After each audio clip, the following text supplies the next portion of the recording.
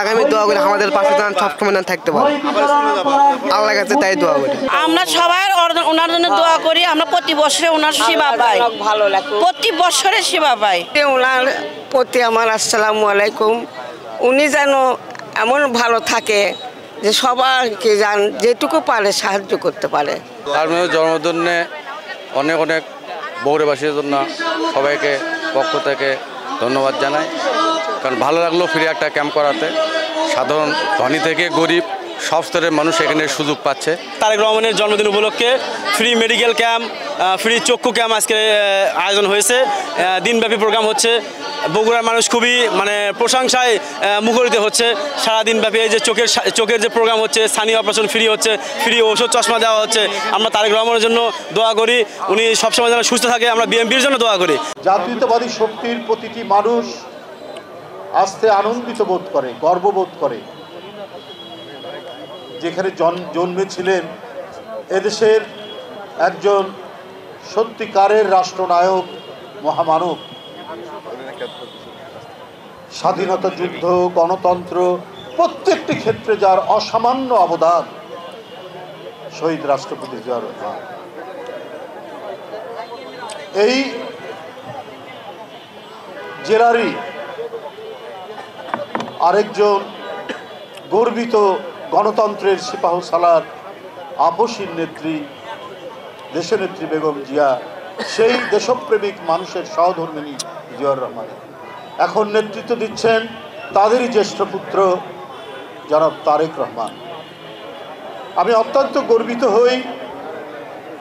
আতিকুর রহমান রুমন যখন আমাকে আমরা বিএনপি পরিবারের সাথে যুক্ত করে, উনি অ্যাডভাইজার হিসাবে যুক্ত করে যখন রেখেছেন, তখন তাদের প্রত্যেকটি প্রোগ্রামে যায়।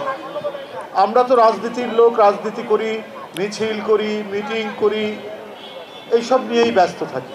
কিন্তু রাজনীতির যে একটি মানবিক তাগিদ আছে, সেই তাগিদটা আমরা অনেক সময় অনুভব করি না। কিন্তু সেই তাগিদটা অনুভব করেছি এই আমরা বিএনপি পরিবারে। রুম্মনের নেতৃত্বে যে সংগঠনটি দাঁড় করেছে মাত্র 1.5-2 বছরের মধ্যেই এটি বাংলাদেশের মানুষের কাছে পরিচিত। কারণ এই সংগঠনের যিনি প্রধান পৃষ্ঠপোষক, বিএনপির ভারপ্রাপ্ত চেয়ারম্যান তারেক রহমান, তিনি এর পৃষ্ঠপোষকতা দান করেন এবং তার যে মানবতার প্রতি যে আকুলতা, এটা অভিভূত করেছে। কোথায় কি ঝড়, কি বৃষ্টি, কি শরৎ, কি বসন্ত,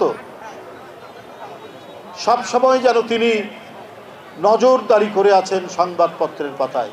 কোন লোকটি অসুস্থ, কোন লোকটি বিনা চিকিৎসায় আর্তনাদ করছে তার বাড়ির ভাঙাচোরা বিছানার উপর, কোন পরিবারে খাওয়া নেই, যে পরিবারের কোনো সন্তান হারিয়ে গেছেন জুলাই বিপ্লবে অথবা ভয়ঙ্কর ফ্যাসিবাদী আমলের 15.5 বছরের কোন সময়, কোন পরিবারের কোন সন্তানের হাত নেই, পা নেই, পিঠে অসংখ্য গুলির জর্জরিত দগ্ধ ঘা নিয়ে বসে আছে, কিন্তু চিকিৎসা পাচ্ছে না।